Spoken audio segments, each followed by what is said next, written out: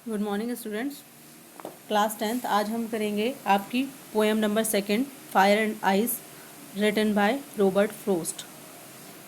इनकी पहली पोएम हम कर चुके हैं डस्ट ऑफ स्नो एंड अब ये सेकंड पोएम है फायर एंड आइस। फायर का मतलब आप सब जानते हैं, फायर माने होता है आग एंड आइस माने बर्फ़। ये दोनों एक दूसरे के ऑपोजिट हैं। और जो रॉबर्ट फ्रोस्ट हैं वो एक अमेरिकन पोइट हैं और अपनी सिम्बॉलिक पोइट्री के लिए जाने जाते हैं। अब इसमें भी ये सिम्बॉलिक पोइट्री के रूप में दिया गया है। जहाँ पर भी दिया गया है फायर इस पोएम में, तो वहाँ पर फायर का मतलब क्या होगा, फायर को इन्होंने सिम्बोलाइज किया है हमारे डिज़ायर्स से, ठीक है। और जहाँ पर भी आइस दिया हुआ है तो आइस को सिम्बोलाइज किया है हमारी हेट्रेड से, मतलब कि नफ़रत से। और डिज़ायर्स क्या होती हैं, हमारी जितनी भी हमारी आकांक्षाएं होती हैं, हमारी डिज़ायर्स इच्छाएं होती हैं, वो सब क्या होती हैं, कुछ पाने की लालसा होती है, वो सब हमारी डिज़ायर्स होती हैं। तो इस वो छोटी सी पोएम में जो पोएट है उसने बताया है कि ये जो वर्ड है ना, स्टार्ट करते हैं इसकी एक्सप्लेनेशन। सम से the word will and in fire. कुछ लोग कहते हैं कि क्या, कि जो वर्ड कभी जैसे ख़त्म होगा तो किससे ख़त्म होगा, इन फायर, आग से। आग मतलब कि आग में ख़त्म होगा कि जो लोगों की डिज़ायर्स हैं, कुछ पाने की, कुछ ना कुछ बनने की, मतलब किसी को छोटा साबित करने की, किसी को बड़ा मतलब बड़ा बनना है, तो ये सब डिज़ायर्स हैं, कुछ ना कुछ पाने की, फुलफ़िल करने की अपनी। तो उससे एक दिन क्या होगा, कुछ कहते हैं कि संसार इससे ख़त्म हो जाएगा, है ना। एंड सम से इन आइस, और कुछ लोग कहते हैं कि आइस से, मतलब कि बर्फ़ से। बर्फ़ यहाँ पर किससे बताया गया, नफ़रत से, हेट्रेड से। एक दूसरे को हम नफ़रत की दृष्टि से देखते हैं, है ना। आजकल की जो ह्यूमन बींग्स हैं, क्या हो गया है, उनमें एक दूसरे को के लिए नफ़रत आ गई, उनके दिलों में एक दूसरे के लिए नफ़रत आ गई। जैसे प्यार होता था पहले, तो ये भी क्या किसका कारण बनेगा, ये जो नफ़रत है ये भी संसार को नष्ट करने का कारण बनेगी, ठीक है। तो कुछ लोग कहते हैं कि जो संसार ख़त्म होगा वो फायर से ख़त्म होगा, मतलब कि डिज़ायर से। और कुछ कहते हैं कि ये नफ़रत से ख़त्म होगा। From what I have tested of desire I hold with those who favour fire. तो कहता है अगर आप मेरा मतलब मेरा ओपिनियन लेना चाहते हैं, पॉइंट कह रहा है रॉबर्ट फ्रोस्ट कि अगर आप मेरा पॉइंट ऑफ व्यू लेना चाहते हैं तो मैं उनका फेवर करूंगा कि जो ये चाहते हैं कि ये जो संसार है वो डिज़ायर से ख़त्म होगा। कहता है कि मतलब मैं भी यही मानता हूँ कि जो संसार है वो डिज़ायर से ख़त्म होगा, मतलब कि फायर से ख़त्म होगा। तो मैं उनके साथ हूँ, क्योंकि मैं ये समझ चुका हूँ कि लोगों में कुछ ना कुछ पाने की जो लालसा है वो ज़्यादा है। तो ये संसार किससे ख़त्म होने वाला है, ये संसार डिज़ायर से ख़त्म होने वाला है, ठीक है। अब आगे चलते हैं। सेकंड स्टैंजा में क्या बताया गया है, but if it had to perish twice, मतलब कि यदि इसे 2 बार ख़त्म होना पड़े।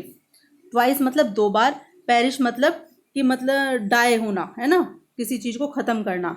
वो कह रहा है कि यदि, पेरिश माने हो गए डाई और ट्वाइस माने 2 बार, यदि इसे दोबारा भी ख़त्म होना पड़े संसार को, ट्वाइस, है ना। I think I know enough of hate. तो मैं यह सोचता हूँ कि इतनी हेट है, मतलब इतनी संसार में इतनी नफरत है, to say that for destruction ice is also great and would suffice. वो कह रहा है कि मतलब कि हमारे संसार में इस विनाश के लिए, दूसरी बार अगर विनाश होगा तो उसके लिए इतनी नफरत, मतलब इतनी आइस है कि यह उससे भी नष्ट हो सकता है, ठीक है। तो एक बार इससे होगा नष्ट, किससे होगा, एक बार तो डिज़ायर्स से होगा, जो हमारे मनुष्य की डिज़ायर्स हैं, कुछ ना कुछ पाने की, कुछ बनने की। अब जैसे कि आप देखो कि वर्ल्ड वॉर हुआ था, वर्ल्ड वॉर फर्स्ट हुआ, वर्ल्ड वॉर सेकंड हुआ, तो इसमें क्या था, एक दूसरे से ऊपर बनने की। जैसे अमेरिका को जापान से ऊपर बनना है, जापान को यूएस से ऊपर बनना है, मतलब एक दूसरे से रूस को, रशिया को ऊपर बनना है। तो ये किस लिए था कि एक दूसरे को, और लेकिन हासिल कुछ भी नहीं हुआ।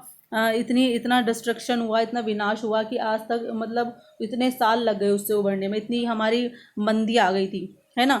तो ये कहने का मतलब ये है कि जो संसार है, जो विनाश है, वो किस तरीके से हो सकता है। वो कहता है अगर दोबारा नष्ट होना पड़े इस संसार को, तो मैं मानता हूँ, मेरी ये ओपिनियन है कि ये नफ़रत इतनी है इस संसार में कि उस विनाश के लिए काफ़ी है ना। तो आई थिंक आपको ये पोएम समझ आ गई होगी। अब मैं आपको बता देती हूँ कि इसमें क्या बताया गया है, कि ये जो इसकी राइम स्कीम है। अब देखिए, फर्स्ट इसमें राइम स्कीम देखिए, इसमें यह फायर, तो इसको हम मान लेंगे ए, ठीक है। और फायर जैसा दूसरा वर्ड क्या है, डिज़ायर, तो ये भी ए। और ये भी फायर, तो ये हो गए हमारे ए। ठीक है, अब अब ये वाला स्टैंजा देख लेते हैं। इसमें क्या है, आइस, ट्वाइस, फिर आइस और फिर सफाइस। ठीक है, तो अब इसको, ये चारों वर्ड सेम है तो इसको हम मान लेंगे बी, इसको भी बी, और ये वाला भी हमारा बी, और ये वाला भी बी। ठीक है, अब क्या बचा हमारा, हेट और ग्रेट, है ना। तो हेट का मतलब ये हो गया हमारा सी, और ये दोनों हमारे राइम, रिदम एक सी है तो ये हो जाएगा हमारा सी। तो हमारी अगर स्टैंजा वाइज राइम स्कीम पूछते हैं तो हमारी फर्स्ट स्टैंजा की राइम स्कीम क्या होगी, ए बी ए ए। और अगर पूरी पोएम की पूछते हैं तो एक साथ लिखेंगे, क्या हो जाएगी, सेकंड की क्या है, B C B C B. तो ये हमारी राइम स्कीम है। ओके, तो अगर राइम स्कीम छांटने के लिए आती है तो इस तरीके से आप इसे छांट सकते हैं। ठीक है, ओके, आई थिंक आपको ये पोएम अच्छे से समझ आ गई होगी, और मैं इसके आपको क्वेश्चन आंसर्स और कॉम्प्रिहेंशन क्वेश्चन सेंड कर देती हूँ, वो आप कर लीजिएगा। ठीक है, ओके, थैंक यू स्टूडेंट्स।